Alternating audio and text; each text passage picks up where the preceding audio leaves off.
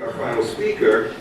This is for tornado chasing for the 2022 season. Quincy Mayo is he's a student from here. He's a graduate with a Bachelor of Science in Meteorology and freelance storm chaser. Someone wants to do it on their own time, and I don't blame you one bit.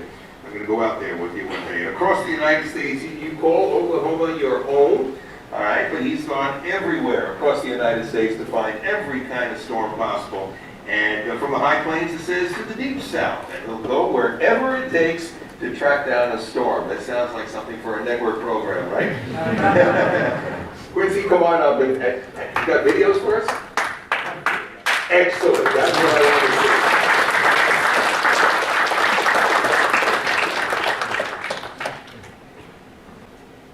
All right, so I talked to Gary this summer, and he pitched the idea of talking about tornado chasing, and I got a little bit nervous because it was actually one of my toughest storm chase seasons. I found it very difficult to find a tornado.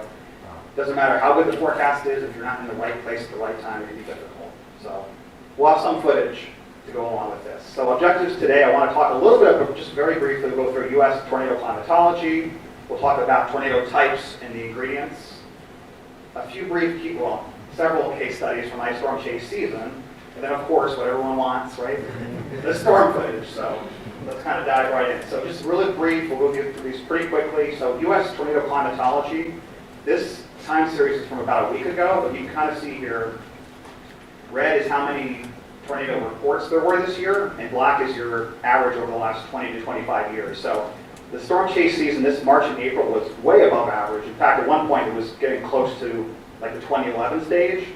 And then right during peak storm chase season, it kind of flattened out. In fact, every month since May has been below average for tornadoes. So my peak storm chase season is usually May and June.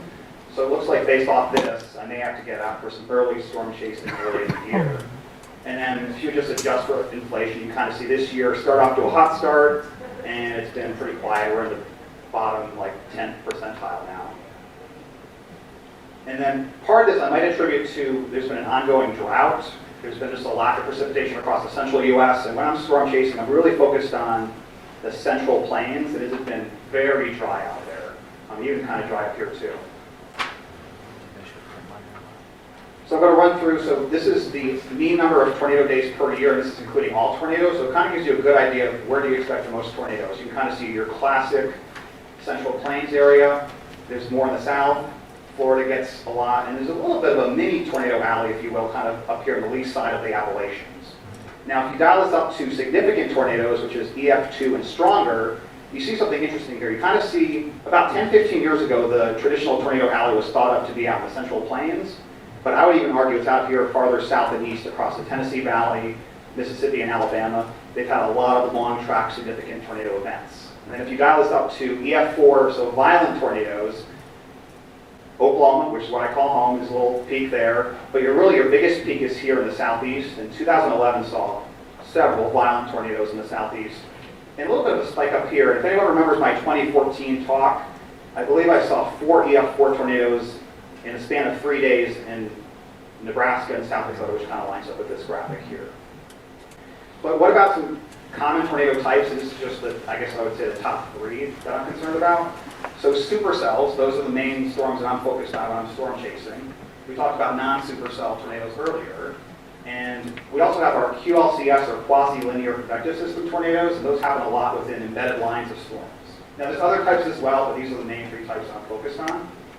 And what about our basic tornado ingredients? So you really want to have warm, moist air in the low levels of the atmosphere. Ideally, you want cool, dry air aloft, but as we'll see, some situations where you may not have the coolest air aloft, but you're still able to support tornadoes. You want wind shear, and you want to have deep layer shear, but with tornadoes, it's really the low-level shear that's probably the most important. And then you want to have low cloud bases, or your lifted condensation level. These are some supercell tornado benchmarks that I look for when I'm storm chasing. I want to have 0.1 kilometer SRH, or storm relative helicity, at least 100 meters squared per second squared. And then our low-level lapse rates, which we talked about earlier as well. Ideally, I want them greater than 6 degrees per kilometer, but there's also some exceptions to that as well. And then your deep layer shear, if you're focused on the 0.6 0 to 6 kilometer layer, that's 30 knots. Now you can definitely get tornadoes below this, but if I'm looking for a classic supercell tornado, you really need to have shear above 30 knots, most of the time. But there's a tornado cheat code, and we talked about this a little bit in a few of the previous talks, but you want to have large low-level instability. So if I'm focused on the 0 to 3 kilometer layer, you want to have a lot of instability in the low levels, but then you want to have the near-surface vorticity. If you have that, you can really create an environment that's very favorable for tornadoes, and this is kind of a little bit of a preview, so we'll kind of skip that. But I kind of showed you a situation where you may not have the steepest mid-level lapse rate, so your cape profile is skinny, but you have a lot of cape at the lowest levels, and definitely have wind shear. There was plenty of vorticity in that situation as well. So let's dive into the 2022, or my 2022 storm chase season. And we'll start on March 22nd. So like I said before, the season got off to an early start, so let's see what I could possibly find. So we'll start with, in these case studies, we'll start with the upper level map. So your 500 millibar map. This is in the morning. You see a big trough across the central plains, and then a jet streak across, looks like eastern Oklahoma. So based off this, I'm expecting to probably be storm chasing somewhere in this area. And then SPC, so the Storm Prediction Center, did issue a moderate risk outlook across Mississippi and Louisiana, and then you have your significant tornado probabilities here. And if we look at the 18Z sounding from Slidell, Louisiana, so this is near New Orleans, the first thing that jumps out to me is you have your kind of your classic sickle-shaped photograph, and as we'll look at throughout this talk, for a lot of significant tornado events, you'll see a kind of a classic, a sickle shape, which means you really have a lot of turning in the low levels of the atmosphere. You may not always have elongated photographs, but in this case you did. You had a strong low-level jet. It looks like we're up around 50 to 60 knots, and this is a pretty high-end sounding for down there on the coast there for near New Orleans. So in the morning, I started in Mississippi. I'm looking at the HUR in the morning. I'm seeing a line of storms with a cold front. But when I do my supercell storm chasing, I really want to see more discrete activity out to the south and east. So I'm focused on southeastern Mississippi.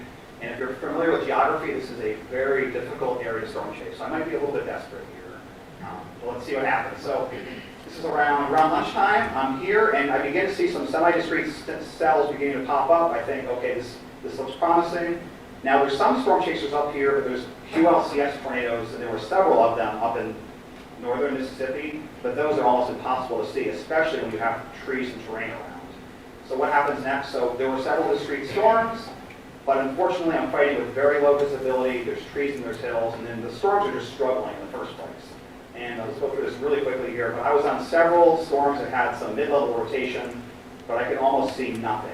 I got one picture, you see a low cloud base, looks really ominous, but not even close to a tornado. So where were the tornadoes? So I mentioned before, there were QLCS spin-ups with a cold front.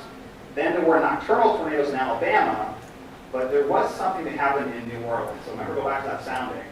So the Storm Prediction Center put out a mesoscale discussion here in the early evening, and you see kind of a broken band of storms moving right toward New Orleans. Now, you remember the upper level map before? Your upper level winds, your deep layer shear is coming in out of the southwest. So you have, it's not perpendicular, but you definitely have better shear than you do further north. And it was actually an EF3, I believe, yes, an EF3 tornado went through downtown New Orleans. And considering this is happening at night in an urban area, it's not somewhere I want to be storm chasing. So the 0Z sounding from Slidell, which is very close to where this tornado happened. Again, you see your sickle-shaped photograph. There's a little bit of a Bierback signature here, but this is definitely, this environment is definitely supportive of a significant tornado. But unfortunately, I was storm chasing down here where there's a whole lot of nothing. So when you storm chase, you can storm chase the bullseye of the Storm Prediction Center outlook. Doesn't mean you're going to see tornadoes necessarily. That's just where the parameters are maxed out. But there was a lot of QLCS tornadoes up farther north. And just a couple of reports, but we had that EF3 there down near New Orleans. So let's jump ahead to April 13th of 2022, this year. So we get a little bit more of a classic view of this broad trough across the central U.S. It's injecting toward the Mississippi Valley. And once again, there's a moderate risk issued, but this is a much broader area. So it looks like we could be talking about possibly an outbreak. There's a very large area. It almost went high risk of a significant tornado setup here. But unfortunately, or maybe fortunately for the people that live there, it was mostly a wind event. There were a few scattered QLCS tornadoes, but this is not what I would consider a classic tornado chase. So summary, it was mostly a wind event. There were a few tornadoes, but not great for storm chasing. I managed to get a couple of pictures at sunset in Louisiana, which, considering I didn't have a single picture during the actual storm chase, at least that was kind of nice. So let's fast forward. Hopefully I'm done with the southeast in terms of storm chasing. So April 21st of this year. And just looking at the upper level map in the morning, it's not really clear where I'll be storm chasing. Will I be out in California? It's believe it or not, there actually was a tornado in California. It's probably too early in the season to be out in the Ohio Valley because we're in early season. It's probably too cool. And if you keep an eye on Kansas there, so your 500 millibar winds are around 30 knots. There was actually a localized tornado setup, or potentially a tornado setup in Kansas that included a 5% risk of tornadoes. Storm Prediction Center is looking at the charts. We're seeing the maps. We're seeing that there's a chance for supercells to really develop. And again, going back before, your upper level winds are west, and then your surface winds are southeast. So it definitely looks like we have the wind profile there for supercells. And then we began to see supercells flare up all around me. Actually, at one point, there was like 3 or 4 supercells all in a cluster. I'm kind of surrounded by them. And this is my first Kansas storm chase of the year, so I'm getting pretty excited. Got some neat pictures. You see a kind of a robust updraft, but it's a relatively small updraft. These storms were kind of crowding each other, so it was kind of difficult for them to develop and form, but there was some neat pictures here in Kansas. But what sticks out to me is if you look at the sounding from Dodge City, which samples this environment pretty well, yes, you have the wind profile, so there's plenty of turning, but this is kind of ugly. It's what we call an inverted V profile, so it's very dry in the low levels, which means you might get supercells, but you're probably not going to get tornadoes. And yeah, when you have 20-degree temperature dew point spread, so the temperature's around 80, your dew point's around 60, that's not great for tornadoes.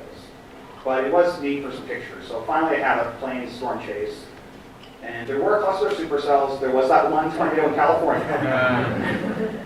But yeah, the large temperature dew point spreads are not conducive. So let's go ahead a couple days farther. April 23rd of this year. You have an even more classic trough digging into the Central Plains. And let's see what's going on here. So Storm Prediction Center has a pretty elongated area that's highlighted for the risk of severe thunderstorms.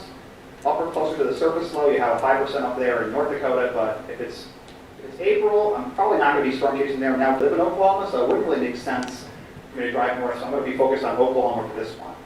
And our 19Z Norman sounding, a few things that stand out here. So your wind profile is definitely supportive of severe thunderstorms. You have that sickle-shaped low-level photograph. But look at your low levels. Your low-level blast rates they're below my benchmark here, and you really need to warm the boundary layer if you're going to get severe thunderstorms out of this. So let's see here. It's about 6:21. I live in Moore now, and I'm watching the storm kind of come right toward me. And then all of a sudden we have this mesocyclone that really wrapped up. There's a tornado warning for Oklahoma City, and it looks pretty ominous. So I was able to get this kind of nice panoramic picture of this HP high precipitation supercell. But what you'll notice is it's kind of rain around. So yes, it's neat to see, but it's going to be hard to storm chase. And this picture is actually from Moore. And if you look at the radar at this point, it's getting really sloppy. It's rain wrapped. I'm talking about possibly driving into an urban area. It does not seem like a great place to storm chase. And your 0Z sounding from Norman, again, the deep layer wind profile is pretty favorable. Now there's a little bit of a veer back signature in the mid levels. So you have that low level photograph, but you have the veer back signature. And then your low level lapse rates are pretty marginal. There's very little cape in the lowest 3 kilometers. So even though we had some supercells, they weren't like your classic tornado event. So once again, there were no tornadoes in Oklahoma. There was very limited low-level instability, and you had some veer back wind profiles and a lot of storm interactions. You had that one supercell, but it was just a mess of storms all grouped together. So let's fast forward to May 2nd. Now, if you look at this, there's just kind of a little bit of a small disturbance moving from the Four Corners region, which when you storm chase in the plains, you kind of want to see it eject from the Four Corners toward the plains. And then Storm Prediction Center has a moderate risk for northern Oklahoma, but the tornado area is or the threat for tornadoes is kind of over a broad area. Almost looks like a fish there, doesn't it?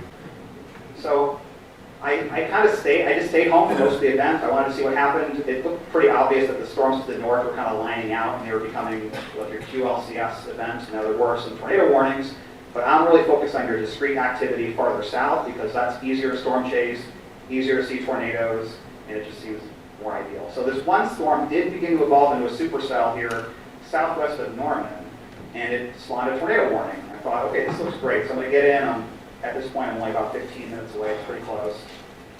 And I did see a pretty neat updraft here. It was a little bit hazy. There was also some dust that had been blown in, so not the greatest visibility. But pretty quickly, I began to see the updraft was getting sheared and kind of tilting a little bit. And this is a neat picture, but it's the storm is just, there's something wrong with the wind profile that's preventing this from really producing tornadoes. And once again, there was a couple of brief tornadoes, but with that main supercell, it was mainly a hail event there in southwestern Oklahoma. Now, there was one tornado that did spin up east of Oklahoma City, but this was a nighttime storm, and I try to avoid nighttime storm chasing. Although I did get a couple of pictures, a nice Mamatis display as storms were passing here. And then back in Moore, just back right in time for sunset. So even though I didn't see a tornado, there were some pictures to capture, so that was kind of neat. And if you look at our zero-Z sounding from Norman, disregard there's some bad data up here, but you have a strong veering wind profile with height. But once again, a little bit of a veer back signature, and then the low levels are not ideal. So my benchmark is 6. Now again, you could have low level lapse rates that are not steep, that are below 6 Celsius per kilometer, but that's kind of my benchmark. So I would have ideally wanted to see a little bit more, maybe more surface heating around the boundary layer to really support more tornadoes. And your photograph from Norman, in the low levels looks favorable, but then that veer back signature, that was kind of tearing apart and shearing apart the storms a little bit here. So the summary, there were no tornadoes in Oklahoma City. That one tornado that was east of the city, but you had marginal low-level lapse rates and kind of messy mid-level wind profiles. So let's go ahead to May 4th. Maybe we'll have some better luck here. You have a cutoff low. It's ejecting from the Four Corners region, so great placement. It's heading toward the southern central plains. And then the Storm Prediction Center has a moderate risk that's focused on, looks like northwest Texas, with that significant tornado threat as well. So starting the day, I can kind of see there's, let's see, this is 18Z, so midday. There's a warm front draped across southern Oklahoma. Now there were some storms firing up here, but these were elevated. So this is our surface-based cape, and there's virtually no surface-based instability here. So I'm going to be focused south of the warm front for the best chance for tornadoes. So let's look at a couple of soundings. We didn't get the best sampling, but 21Z Norman, very strong, a very favorable wind profile, sickle-shaped low-level photograph. Your winds are backing, but keep in mind this is probably still just north of the warm front. So you have very limited low-level instability, and that's kind of why the winds are back there.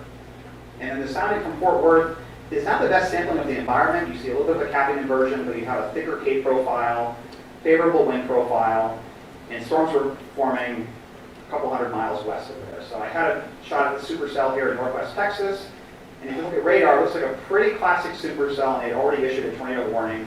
The main issue here is that the road network, you can't really see here, but there's one road here, and there's one road like 30 miles north. So unless I were to drive down these dirt roads, it was going to be very hard to get close to this storm. But SPC was all over this. They were the tornado potential. It was pretty clear that this lone supercell was going to be our main focus. But there were many challenges. So again, we actually had a lone discrete supercell. So you would think on paper this might be a great storm chase, but a limited road network.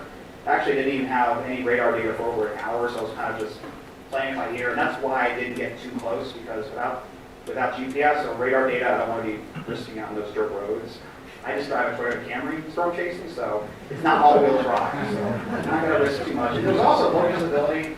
There were several events that just had a lot of dust. It's been so dry in the southern plains that when the winds picked up, we had very limited visibility. It was rain. It was very difficult. Now, when I first saw this, I didn't think this was a tornado, but I went back and kind of did a brief reanalysis, and I may have a short clip here. Let's see if I can play this. This is a little time lapse, and it kind of shows. I thought this was originally Scud, and it looked like maybe there was a brief tornado there. But based on the Storm Prediction Center, or based on the National Weather Service storm survey, there was a 2-minute tornado that was. But that was just a little brief, but it's not a little long. So we have so many maps and so little time. So just a quick summary. So we had more of a classic tornado setup. There were multiple tornadoes, including an EF3, but that EF3 was, I think it was toward sunset. It was getting dark, but it was very tough to storm chase. So let's go ahead to May 20th, a little bit later in the season. This is a pretty strong upper-level jet for late May. And then, now this is, let's see, this is May 20th. So there's 3 different areas. Where would I be storm chasing? Let's see, I live in Oklahoma, so there's a slight risk for southern Oklahoma. Am I going to be up here, maybe Pennsylvania, New Jersey, or what about Michigan? But But believe it or not, I was not storm chasing in Oklahoma here because I want to see tornadoes, and it was kind of more of just like a downburst event down there with relatively dry boundary layers. So we're actually going up to Michigan. This was my first Michigan storm chase. And you initially had some elevated storms that are approaching Lake Michigan, but the environment over in northern lower Michigan, this was actually very high end. You see your mixed layer case is around 2,000 joules per kilogram. You have westerly deep layer flow, so plenty of shear. Let's see what happens. So I caught a glimpse of a storm coming off of Lake Michigan toward the mainland, and this was beginning to transition from elevated to surface-based. And if you look at radar here, it's a little bit jumbled, but it's quickly evolving into a supercell. And if you look at our 19Z sounding from Gaylord, Michigan, it doesn't look all that impressive if you're just looking at a quick plane. So your wind profile is pretty unidirectional, but there's just enough backing in the low levels. You have that low-level sickle-shaped photograph. And let's see, your 0-1 kilometer SRH was over 200, so this was definitely a significant tornado sounding that was sampled very close to what would be an EF3 tornado that went right through Gaylord, Michigan. And you can see a little bit of a debris ball on radar. And that was EF3 with winds up to 150 miles an hour here in northern lower Michigan. So where was I during all this? Well, I was initially on the supercell. I tried to go south and around, but storm motions were around 50 to 60 knots, so that's about 60 to 70 miles an hour. Plus you have trees, you have hills. By the time I got closer, you couldn't really see anything. So, but that was the place to be. I think there was 1 or 2 tornadoes in New Jersey, but there was just that one lone supercell in northern lower Michigan and just a couple of hail reports in Texas. So there was one single tornado. It was a relatively rare EF3 tornado in Michigan, but it was nearly impossible to storm chase. So let's go to peak storm chases. Hopefully I have some better luck in terms of tornadoes here. So May 23rd, I'm in Levelland, Texas, which is over by Lubbock, and you have this well-structured supercell at sunset, which was pretty neat to see. You definitely had the striations. There was plenty of wind shear with this event. And then I went farther north, so this is South Dakota on May 27th. Not necessarily a tornado event, but there was some pretty neat Mamatis display at sunset, so that was kind of neat to see. And then if we go here, May 31st, I'm back in Oklahoma, very vivid Mamatis display here in Altus, Oklahoma. And there was a large HP supercell, and it almost looked like it might produce a tornado, but it was rain wrapped, it was getting dark. I did not end up seeing a tornado with this event. But there was some neat nighttime photography here in North Texas. Now I'm beginning to go south because the next day I have to go all the way to southwest Texas. So on June 1st here, I'm in Goldsmith, Texas, which is down, I believe it's a little bit west of Midland, so we're getting pretty far south for June. But this was kind of a grungy HP supercell. That bluish-green tint is kind of indicative of significant hail that's falling within this supercell. So what would you expect? So June 1st, the classic tornado area would be the high plains into the central plains. I don't have the light here, but I'm down in southwest Texas. I'm kind of on the fringe, so not the best sign when you're that far south. But what happened? Well, there was a crashing cold front, and when your dew point is 41 degrees in Kansas in June, you're probably not going to be storm chasing in the central plains. And that cold front actually crashed. You can see our temperature anomalies. We were 30 degrees below average here in West Texas. The cold front went all the way down to Mexico. So that was basically it for storm chasing for a while. There was a lot of cool, dry air that was coming into the central plains. So back on June 7th, kind of appropriate that I'm in Chase County, Nebraska, for a pretty neat supercell here, but again, did not see a tornado without event. And then on June 8th, I'm in Kansas.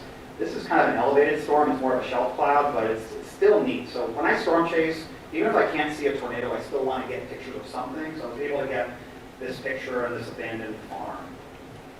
So let's fast forward to June 23rd. Hopefully we'll have some better luck here. So your upper level map looks pretty benign. There's a big old ridge park over Texas. You have a cutoff flow off the east coast. And you have an enhancement of the upper level flow across the northern plains. So my guessing maybe it would be in, Montana or North Dakota or maybe even Canada.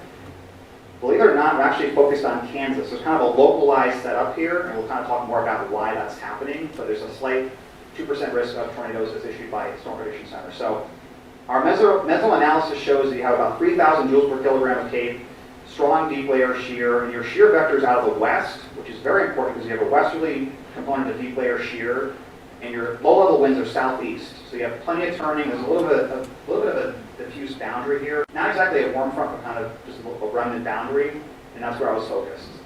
So I'm here in north central Kansas. Now, we're not getting the best radar sampling. We're kind of in almost like a black hole. There's 5 radars all around us. We're not getting the best sampling. But I'm here near Dorrance, and there's an HP supercell, and it looks like there's a little bit of a couplet to the north, but it's really hard to discern where would there be a tornado with this. And I was able to finally get a better picture of a tornado, and we have a brief clip here of that. But as storm chasing is very fickle, I only saw this tornado for about 2 minutes, and toward the end of this video clip, you'll kind of see it's beginning to kind of rope out a little bit and kind of dissipate. But I was able to finally get more of a classic storm chase in Kansas. And then as you see by the mesoscale discussion that was issued, you had a one lone supercell that was kind of riding that little effective boundary. But one of the downsides here is your deep layer shear vectors, it's basically parallel to the front. So unfortunately this storm as I would say, kind of blobbed out, became high precipitation, became hard to see, but at least I did capture that brief initial tornado. And then we're going to play here the radar, or the infrared, and then the visible satellite imagery. For reference, this is the state of Kansas. This supercell was covering about half the state of Kansas, which is a very large area. You had this one discrete supercell. You had very impressive cape profiles, plenty of shear. Finally, kind of a classic storm chase was under my belt. And you can kind of see another picture from here as it was beginning to become more rain-wrapped. Some neat striations with that supercell. And Kansas was the place to be for this storm chase day. And then if you look at your 0-1 kilometer SRH, it was kind of a max. You were in excess of 200 meters squared per second squared right there near the storm. But let's go ahead further into the summer for a few more summer storm chases. So here on June 29th, I'm in North Dakota, kind of elevated storms, but at least like a neat sunset. And then July 6th in Montana, this storm almost produced a tornado, but it was beginning to wrap up, but we just didn't have, I'm guessing, probably not enough low-level instability. There was some dry air that was getting entrained there. So let's go to July 18th. Does anyone know what happened on July 18th? You may. We'll kind of dive into this.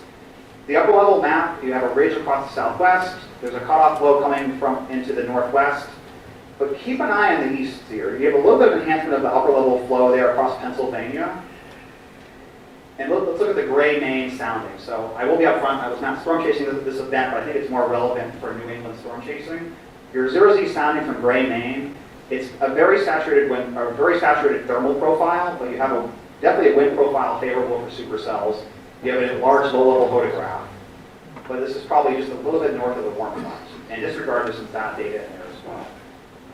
But there were, I believe, 2 tornadoes in Vermont and 1 in New Hampshire during this event. And we'll briefly look at why that happened. So this is from NWS out of Burlington. You see kind of a warm front. So we don't really get a whole lot of warm front tornado setups here in the Northeast, but this ended up being one. And the approximate location of the tornado was right there. And it was definitely favorable based on you had enhanced low-level shear. The LCL, so your LCL heights were very low, around 500 meters. So that's why you had a couple of brief spin-ups with the tornadoes. And then so surface-based instability is only about 1,000 joules per kilogram of cape. Unlike the plains, this is more than enough for tornadoes in the Northeast. So let's briefly talk about contrasting and comparing the U.S. tornado environment. Let's go eastern states versus Great Plains. We'll have a little duel here. So eastern U.S. tornadoes, you tend to have modest instabilities. Like I said before, 1,000 joules per kilogram cape. You might not even get that much. In some of our severe events, you get less than that. But it's driven largely by kinematics. You get strong wind profiles up here. It just takes a little bit of instability. What we would call high shear, low cape setups. And a lot of times you have very moist profiles. It could be wind off the Atlantic Ocean. You don't tend to have the EML or elevated mixed layer as much up here. So that your thermal profiles are going to be very saturated. And then you do tend to have low LCL heights, which kind of does favor tornadoes more than you would have maybe farther west. But also in the eastern U.S., so if you try to storm chase, besides the whole issue with terrain and hills and trees and everything, messy storm modes are more common. Very fast storm motions. It's not uncommon to have storms moving at 60 to 70 miles an hour, so you can't really storm chase those. It is common to get QLCS tornadoes as well. And then you do get some supercells, but they usually tend to be low-top supercells here in the eastern U.S. And here's the sounding. So this is Miami, Florida on September 27, and this is associated with Hurricane Ian. And your photograph, everything's kind of tilted. You're dealing with hurricane now, so this is a little bit of a different setup than I would typically storm chase. I was not storm chasing this, but you have a pretty moist thermal profile. And my little rule before about having the steeper low-level lapse rates, well, here you have pretty marginal lapse rates throughout the entire profile, but you have over 100 joules per kilogram of cape in the lowest 3 kilometer, and then your photograph is definitely curved. And that did produce a few tornadoes with that event with Hurricane Ian in southern Florida. Now, what about Great Plains tornadoes? Well, instability can be large to extreme, and extreme would be in excess of 4,000 joules per kilogram of Cape. Sometimes you get 5, 6, 7,000. But think EML. So I mentioned before, your elevated mix layer is going to allow for cool, dry air aloft, which allows you to get those really thick Cape profiles. And classic supercells are more common, largely due to that. And usually they're using for storm shades, usually. And that's pretty much all I have today.